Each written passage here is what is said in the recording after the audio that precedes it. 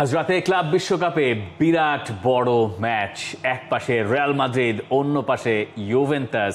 আর এই ম্যাচে নাকি খেলবেন কিলিয়ান এমবাপে। সেটা অবশ্য শোনা যাচ্ছে, শোনা কথায় কান দিতে নেই লোকে বলেন, কিন্তু এই কথাটা শুধুমাত্র যে শোনা যাচ্ছে আকাশে বাতাসে তা নয়। রিয়াল মাদ্রিদ কোচ জাভি আলোনসোকে ইনিয়ে বিনিয়ে জিজ্ঞাসা করা হয়েছিল যে কত % সম্ভাবনা আছে কিলিয়ান এমবাপে আজকের এই ম্যাচটায় খেলবেন। তিনি বলছেন সম্ভাবনা বেশ বড় সম্ভাবনা আছে কিলিয়ান এমবাপের ক্লাব বিশ্বকাপে অভিষেকের। যদিও সম্ভাবনা কতখানি আমি জানি না, তবে সেটা অনেক বড়। আমরা কি আজকে দেখবো কিলিয়ান এমবাপেকে কি দরকার হবে? দেখেন, এই সম্ভাবনাটা আসছে কখন, যখন কিলিয়ান এমবাপে তিনি রিয়াল মাদ্রিদের full face training match day -1-এ যখন তিনি জয়েন করলেন এবং পুরো দলের সাথে তিনি ট্রেন আপ করেছেন। এখন কিলিয়ান এমবাপ্পেকে নামানো হবে কি হবে না সেটা হচ্ছে প্রশ্ন। হয়তোবা কিলিয়ান এমবাপ্পেকে ম্যাচের কোনো না কোনো একটা স্টেজে প্রথমে গেম টাইম দেবেন, যেহেতু একটা লম্বা সময় ইনজুরিতে ছিলেন কিলিয়ান এমবাপ্পে। ক্লাব বিশ্বকাপে এখন পর্যন্ত তার খেলা হয়নি, তবে তার জায়গায় যিনি খেলছেন সেই গঞ্জালো গার্সিয়া, তিনি কিন্তু দুর্দান্ত একটা ফর্মে রয়েছেন। টানা সপ্তমবারের মতো বেস্ট টিস্যু পেপার ব্র্যান্ড হিসেবে স্বীকৃতি পেয়েছে বসুন্ধরা টিস্যু। রিয়াল মাদ্রিদের আরো কিছু জায়গায় আজকে জাভি আলোনসো তিনি তার মাইন্ডসেটটা করতে চাইবেন।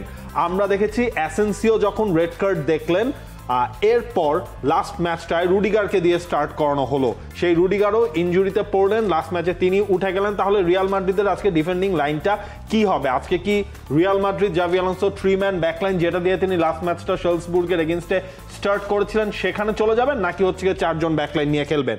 এখন আজকে রিয়াল মাদ্রিদ কোন ফরম্যাটে খেলে, কোন ফরমেশনে খেলে, এইটা হয়তোবা ধরে নিতে হবে আমাদের। রিয়াল মাদ্রিদের এই নতুন সিজনের স্টাইল অফ প্লে এটা হতে যাচ্ছে। আপনি কি অ্যাসেনসিওকে, যিনি হচ্ছে গিয়ে একটু বেশি অ্যাগ্রেসিভ মনে হলো জাভির আন্ডারে, জাভি কিন্তু এতটা সেন্টার ব্যাকের কাছ থেকে এতটা অ্যাগ্রেসিভনেস তিনি পছন্দ করেন না। দেখেন, যখন চুয়ামেনিকে নামিয়ে ফেলা হলো ডিফেন্সে, তখন কিন্তু ম্যাচটা হচ্ছে ধীরে ধীরে রিয়াল যেইভাবে খেলতে যায়, জাভি যেভাবে খেলাতে চায় সেভাবে তারা কন্ট্রোল করতে পারলো। এইটা হচ্ছে রিয়াল মাদ্রিদের আজকে দেখতে হবে যে তারা এই জায়গাটা কি করে, 3-ম্যান নাকি হচ্ছে আবারও সেই 4-ম্যানে ফিরে আসে। সাউথবুর্গের সঙ্গে যেভাবে তারা খেলেছে, সম্ভবত ওটারই একটা ব্লুপ্রিন্ট তারা এই ম্যাচে ফলো করতে চাইবে। ওটা ইউরোপিয়ান টিম ছিল, এটা ইউরোপিয়ান টিম। ইউভেন্টাস আসলে এখনো অনেকটা ভঙ্গুর। ইউভেন্টাসকে আপনি এখনো বলতে পারবেন না যে তারা তাদের ওই আগের জায়গাটায় গেছে। লাস্ট সিজনটা তো খুব বাজেই গেছে এক অর্থে তাদের, ইউভেন্টাসের হিসাব করলে। সেই হিসাব থেকে যখন ইউভেন্টাসকে আপনি রিয়াল মাদ্রিদের প্রতিপক্ষ হিসেবে ধরছেন, যতই নতুন কোচ হোক রিয়াল মাদ্রিদেরও, মানে জাভি আলোনসো তো রিয়াল মাদ্রিদের নতুন, সেই হিসাব থেকে বলছি রিয়াল মাদ্রিদ এই ম্যাচে আসলে পরিষ্কার ফেভারিট। ম্যান সিটি তাদের জালে 5টা গোল দিতে পেরেছে, তো কেন রিয়াল মাদ্রিদ পারবে না? তবে এই ম্যাচে আমরা গোল এক্সপেক্ট করতে পারি, যে বেশ কিছু গোল আমরা হয়তো দেখতে পারি। গোল দেখার সম্ভাবনা আমার কাছে খুব বেশি মনে হয়, এবং কিছুটা বলতে চাচ্ছিলেন, বলেন। তারপরে এইটাই আপনি যদি খেয়াল করেন যে ইয়েলদিচ, তিনি যেই ফর্মটা রয়েছে, ইলদিজ কিন্তু কিনান ইলদিজ ইউরোপের ওয়ান অফ দ্য মানে পটেনশিয়াল ফুটবলারসদের ভেতরে একজন, যারা আগামীতে ফুটবল শাসন করবেন ধরা হয়, তুরস্কের ফুটবলার। এবং তাকে এই স্টেজে, স্পেশালি এই ক্লাব ওয়ার্ল্ড কাপে নিজের ছন্দে দেখা যাচ্ছে এবং প্রথম 2টা ম্যাচে ওই জায়গায় তার ইউভেন্টাসের আপনি যদি অ্যাটাকিং লাইন আপটাও খেয়াল করেন, তারা একদম ক্লিয়ার কাট 3-4-3 ফরমেশনে তারা এই ক্লাব ওয়ার্ল্ড কাপে খেলেছে।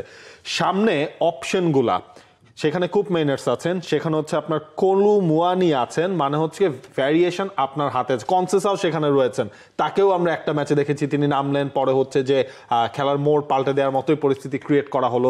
এই জায়গায় ব্যাটেলগুলো আসলে হবে। রিয়াল মাদ্রিদের ডিফেন্স, ইউভেন্টাসের অ্যাটাকিং লাইন যেমন, একই সাথে স্যাভোনা যখন হচ্ছে আপনার ইনজুর্ড হয়ে লাস্ট ম্যাচটায় ছিটকে গেলেন, এইটা রিয়াল মাদ্রিদের জন্য একটা প্লাস পয়েন্ট হয়েছে, কারণ ইউভেন্টাস এই জায়গায় তাদের নতুন একজনকে ইন্ট্রোডিউস করতে হবে। রিয়াল মাদ্রিদের যেটা বেশি বড় প্লাস পয়েন্ট আমার মনে হয় আগের ম্যাচে ভিনিসিয়াসের গোল করতে পারাটা। ওই গোলটা তাকে অনেক আত্মবিশ্বাস দেওয়ার কথা, আর এই টুর্নামেন্টে ওইটা তার টার্নিং পয়েন্ট হতে পারে। আমরা বলছিলাম যে ভিনিসিয়াসের একটা মোড় ঘোরানো দরকার, যে মোড়টা তিনি ক্লাব ওয়ার্ল্ড কাপের ফার্স্ট 2 ম্যাচে খুঁজে পান নাই।